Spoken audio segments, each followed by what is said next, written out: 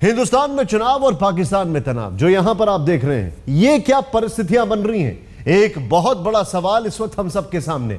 अचानक पाकिस्तान भारत की राजनीति को लेकर परेशान हो गया है। खासकर नरेंद्र मोदी के बयानों से पाकिस्तान के गृह मंत्री को डर लगने लगा है कि अगर भारत की जनता ने मोदी को पीएम बना दिया तो इलाके की शांति खतरे में पड़ जाएगी। सवाल यह है कि भारत की जनता किसे चुनती है और किसे नहीं। यह पाकिस्तान का मुद्दा कैसे हो गया और क्यों भारत के चुनावों के आखिरी चरण में ही भारत पाकिस्तान रिश्तों में तनाव बढ़ने लगा है, दिखने लगा है।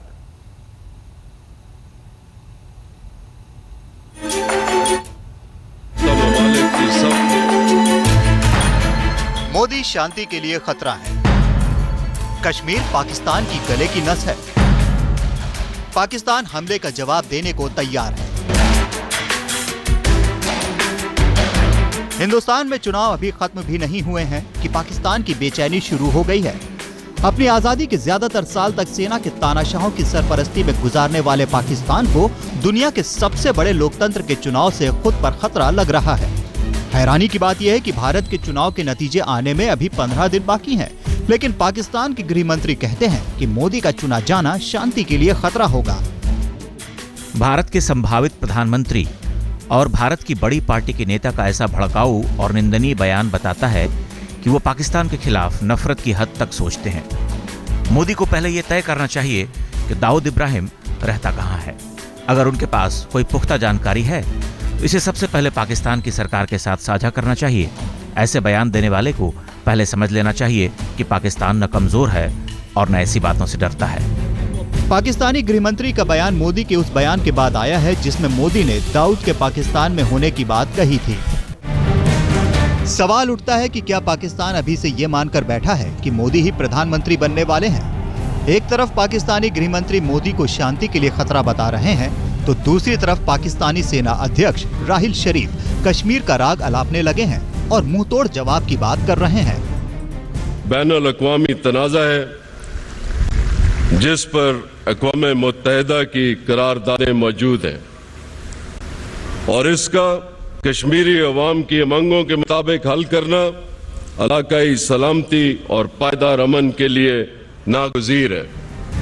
पाकिस्तान के इस रुख ने कम से कम एक मुद्दे पर बीजेपी और कांग्रेस को एक मंच पर ला दिया है। ध्यान देने वाली बात है कि खुद नवाज शरीफ इस वक्त इंग्लैंड के दौरे पर हैं और इंग्लैंड की सरकार को वादा कर रहे हैं कि वो भारत की नई सरकार के साथ पूरा सहयोग करेंगे, लेकिन घर पर उन्हीं के मंत्री और जनरल भारत पर तीखे बयान दे रहे हैं। हैरानी होती है कि ये वही नवाज शरीफ हैं जिनकी सरकार वाजपेयी सरकार के साथ दोस्ती की बात कर रही थी, लेकिन उनके जनरल भारत पर हमला कर रहे थे। ऐसे में सवाल फिर खड़ा होता है कि क्या ये बयानबाजियां कोई सोची समझी साजिश है या फिर सिर्फ माहौल बनाने की कोशिश। आज तक ब्यूरो। अपने आप में एक बहुत बड़ा सवाल है। ये जो खबर हमने आपको दिखाई, ये एक सोची समझी साजिश है या फिर सिर्फ माहौल बनाने की कोशिश। हमारे साथ हमारे मेहमान जुड़ चुके हैं। सबसे पहले पाकिस्तान से हमारे साथ हैं सीनियर पॉलिटिकल एनालिस्ट, आपका स्वागत है, तारिक पीरजादा साहब, आपका स्वागत है। हमारे साथ हमारे दो मेहमान और मौजूद हैं। हमारे साथ हैं मीम अफजल साहब, कांग्रेस के प्रवक्ता, आपका भी स्वागत है मीम अफजल साहब। कैप्टन अभिमन्यु जो कि स्पोक्स पर्सन है बीजेपी के, प्रवक्ता हैं बीजेपी के, आपका भी स्वागत है।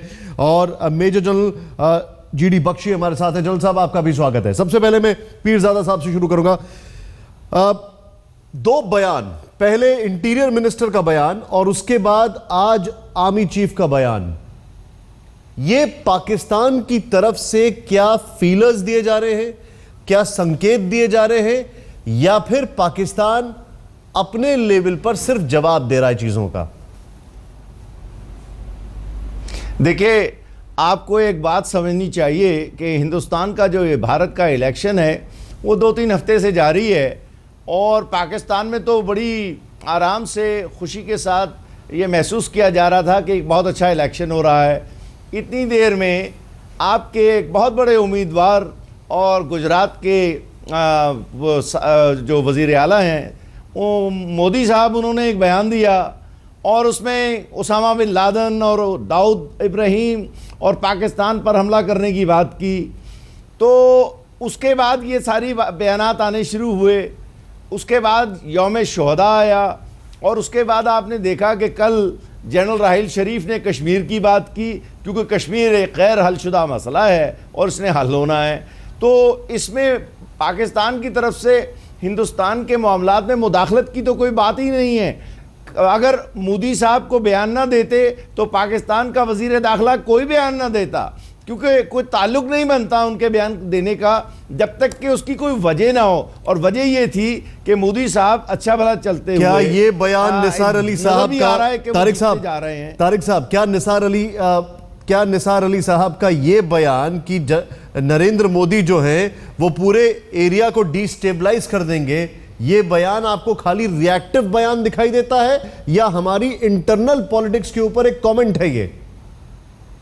मेरा ख्याल है बिल्कुल रद्द अमल है, रिएक्टिव बयान है। और मोदी साहब को ये पैगाम है कि भाई आप अपना इलेक्शन लड़िए, पाकिस्तान के साथ इलेक्शन से पहले किसी मामले में उलझने की क्या ज़रूरत है। क्योंकि मोदी साहब ने उसामा बिन लादेन का जिक्र किया तो उन्होंने भी उसी तल्ख जुबान में उसका जिक्र किया। जो आप जो जिक्र कर रहे हैं, पॉलिसी तो वही है आप जो जिक्र कर रहे हैं साहब की है, सीधे हमारे साथ शरीफ साहब की पॉलिसी बीजेपी आपको मालूम है कि वो आपके दोस्त हैं। अच्छा, वो दोस्त कितने हैं वो तो हम पहले भी एक बार देख चुके हैं, लेकिन एक बार फिर से हम सीधे चलते। कैप्टन अभिमन्यु हमारे साथ हैं, बीजेपी के प्रवक्ता। कैप्टन अभिमन्यु, आपका रिएक्शन। तारिक पीरजादा साहब कह रहे हैं जो भाषा में नरेंद्र मोदी ने बोला उसी भाषा में जवाब दिया गया।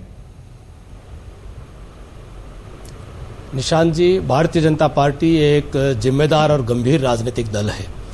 पूर्व में भी अटल बिहारी वाजपेयी जी के नेतृत्व में जो हमने सरकार चलाई थी, वह सरकार अपने पड़ोसियों के साथ ही नहीं विश्व में भी देश के, भारत के संबंध अन्य राष्ट्रों से अच्छे हों, इस बात की हमने चिंता की थी और अच्छे संबंधों को करने का काम किया था। आज जो पाकिस्तान एक प्रकार से उनके गृह मंत्री और उनके चीफ का जो बयान है वह पूरी तरह से गैर वाजिब है, उसकी कोई ज़रूरत नहीं थी, कोई आवश्यकता नहीं थी। नरेंद्र भाई मोदी जी ने अपने इंटरव्यू के अंदर केवल मात्र इतना ही स्पष्ट किया था कि जब भी कोई दाऊद इब्राहिम हो या कोई और भारत का भगोड़ा अपराधी हो, उस पर कार्रवाई करने की आवश्यकता पड़ेगी तो वह कार्रवाई कोई प्रेस कॉन्फ्रेंस करके पूर्व जानकारी देकर के नहीं की जाती है। और उदाहरण दिया था कि अमेरिका ने पहले ये नहीं बताया था कि ओसामा बिन लादेन के खिलाफ वो इस प्रकार से कार्रवाई करने जा रहे हैं। आज नरेंद्र भाई मोदी जी के इस बयान पर प्रतिक्रिया है तो मैं स्मरण कराना चाहूंगा कि अक्टूबर के महीने में एक्स सर्विसमैन की 5 लाख पूर्व सैनिकों की रैली के अंदर नरेंद्र भाई मोदी जी ने पाकिस्तान को ये एक प्रकार से उनको स्वागत करके कहा था कि पाकिस्तान को भी अब समझना चाहिए कि भारत और पाकिस्तान इकट्ठे एक प्रकार से दोनों राष्ट्रों का जन्म हुआ था और भारत कितनी तरक्की उन्नति करके आगे बढ़ा है, पाकिस्तान दहशतगर्दी का एक प्रकार से जन्मदाता बन गया है। आप जो बता रहे तब कोई रिएक्शन नहीं आया, लेकिन अभी आया, सोर्स बन गया है जी।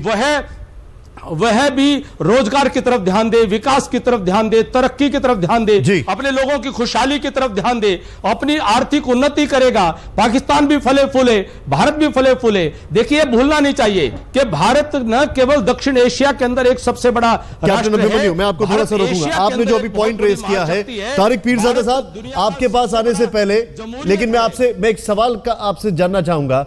जब नरेंद्र मोदी ने वेलकम किया तब उसका कोई रिप्लाई नहीं आया, लेकिन अभी नरेंद्र मोदी ने कुछ कहा तब रिप्लाई आया। यानी खाली तू मैं करने के लिए रिप्लाई आएगा, जब स्वागत किया जा रहा है, हाथ फैलाए जा रहे हैं, तब रिप्लाई नहीं आएगा। मैं आपसे सवाल पूछूंगा लेकिन उससे पहले मीम अफजल साहब हमारे साथ हैं। मीम अफजल जी, अगर पॉलिटिक्स को थोड़ी देर के लिए साइड रखा जाए, क्या ये जो बयान आया है पाकिस्तान के इंटीरियर मिनिस्टर का या फिर पाकिस्तान के आर्मी चीफ का, आपका रिएक्शन क्या है इस पर?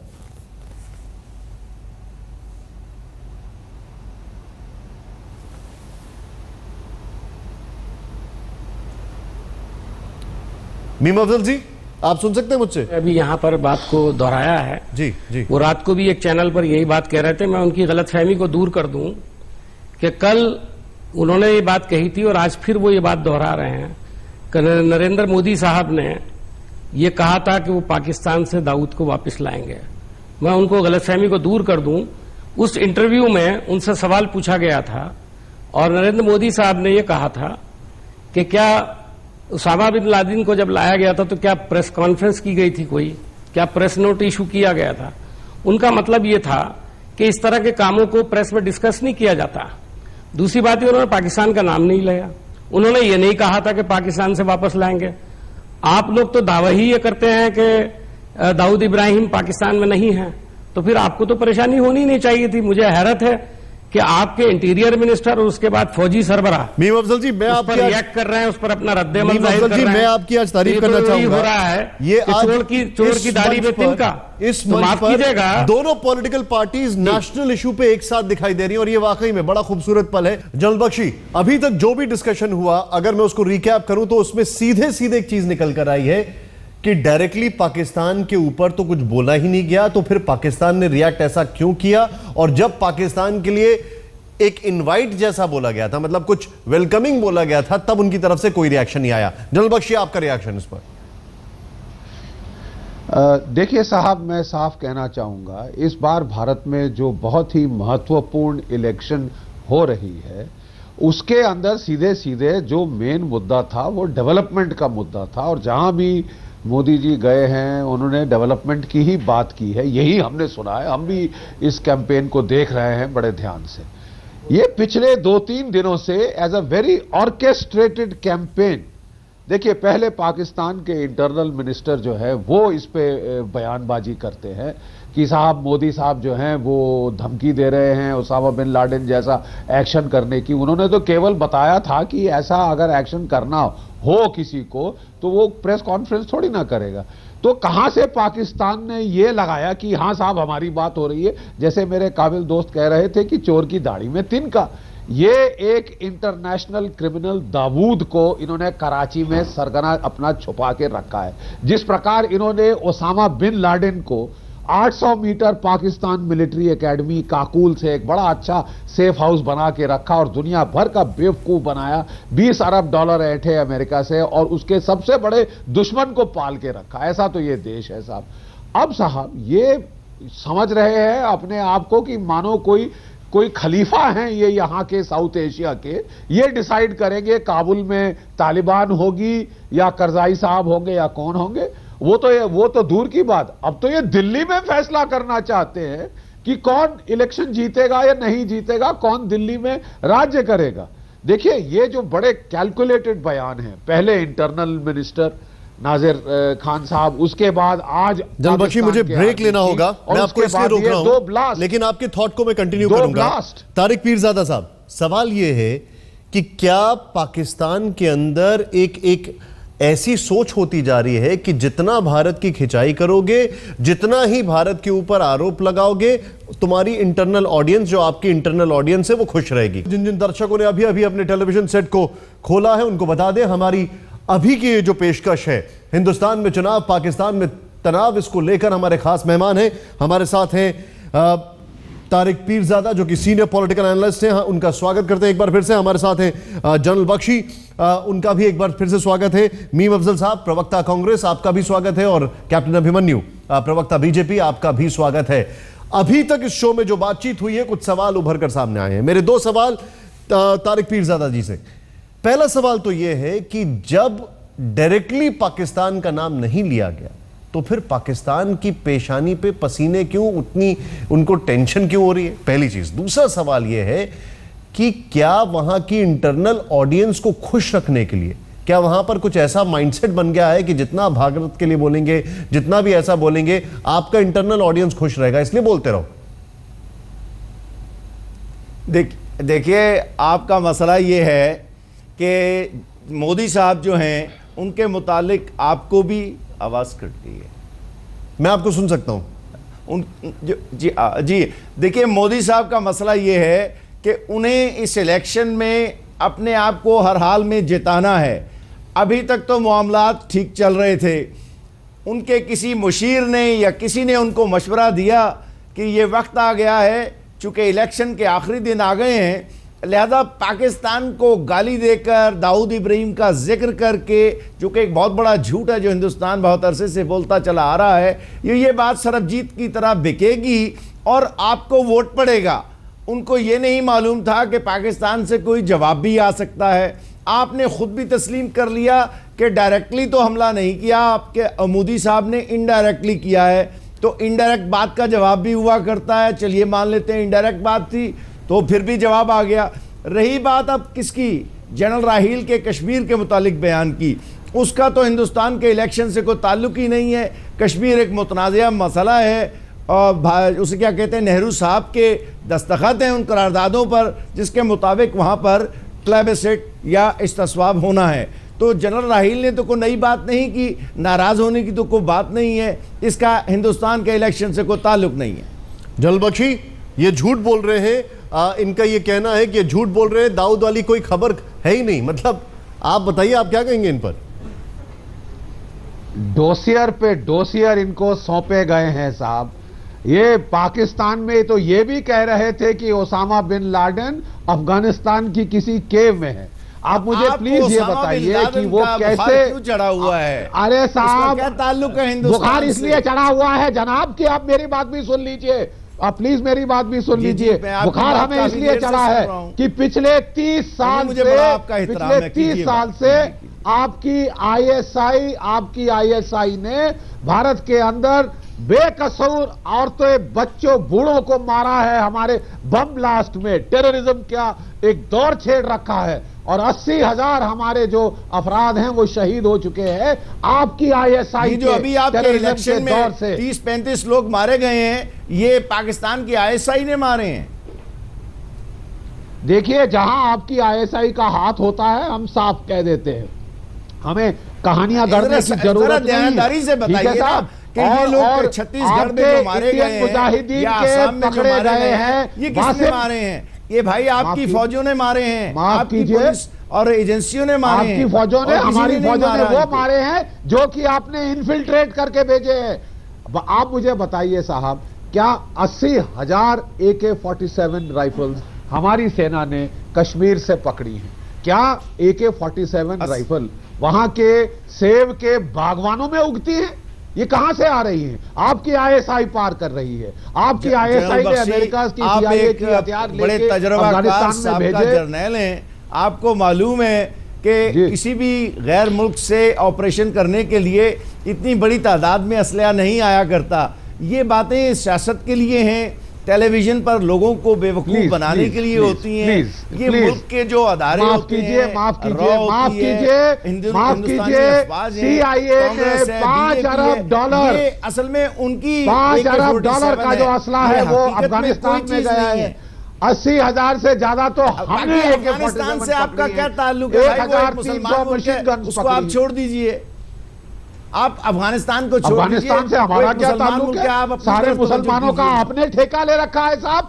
भारतवर्ष के अंदर आपसे ज्यादा मुसलमान इसलिए बना था। हाँ, और हमारे हमारे आर्टिकल 40 में लिखा है कि मुसलमान दुनिया के साथ बहुत अच्छे ताल्लुकात रखने हैं।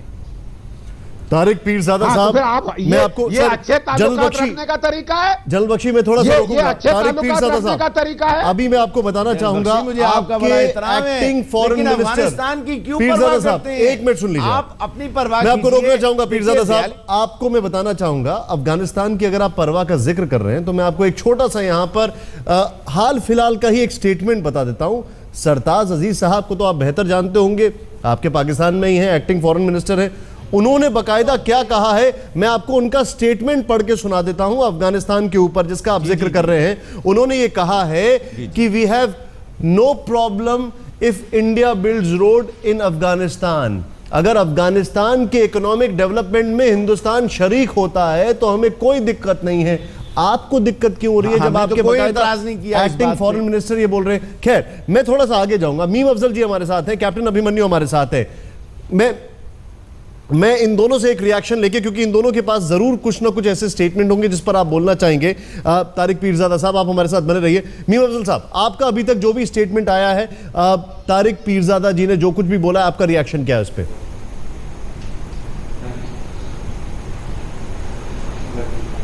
देखिए, मैं आपको बिल्कुल सफाई के साथ कहूं, अभी अफगानिस्तान की बात कर रहे थे तो तारिक पीरजादा साहब, अफगानिस्तान का रिश्ता आपसे भी वही है जो हमसे है। आप भी उनके लिए गैर मुल्क हैं, हम भी गैर मुल्क हैं। अगर वो हमें दोस्ती के नाते अपने यहाँ डेवलपमेंट के लिए बुलाते हैं तो आपको क्या परेशानी है, मेरी अभी तक बात समझ में नहीं आई। कोई एतराज नहीं। दूसरी अहम बात, आपने अभी फरमाया कि हम लोग यहाँ पर इलेक्शन वगैरह जीतने के लिए सब करते हैं। मुझे बताइए, मैं पाकिस्तान के सारे अखबारों को इंटरनेट के जरिए देखने का काम करता हूँ, उर्दू जानता हूँ। माफ कीजिएगा, जी जी मुझे ऐसा लगता है कि आपके यहाँ एक तबका, खासतौर पर ISI, इस काम में लगी रहती है कि भारत के खिलाफ प्रोपेगेंडा करें। हिंदुइज्म के नाम पर जो कुछ उल्टा सीधा वहां लिखा जाता है वो बताने की जरूरत नहीं है, शायद टेलीविजन पर बताना मुनासिब भी नहीं है। तो वो सब करके कि आप वहां नफरत फैलाने का काम करते हैं। जहां तक हिंदुइज्म आपने का देखा कि जब आपको तो लोग पाकिस्तान से आते हैं को कल या आवाम से, तारिक साहब मेरी बात सुन लें, पहले मेरी बात सुन लें, फिर आप बोलिएगा। पहली मेरी बात सुन लें, आप बोलने दीजिए प्लीज। जी बताइए। मैं कह रहा हूं आपसे, मेरी बात सुन लें। मैंने बहुत आराम से सबकी बात सुनी है, मेरी बात भी सुन लें। मैं जनरल बख्शी की तरह बहुत गुस्से में आकर के बात नहीं कर रहा हूं, लेकिन बहुत साफ बात कर रहा हूं।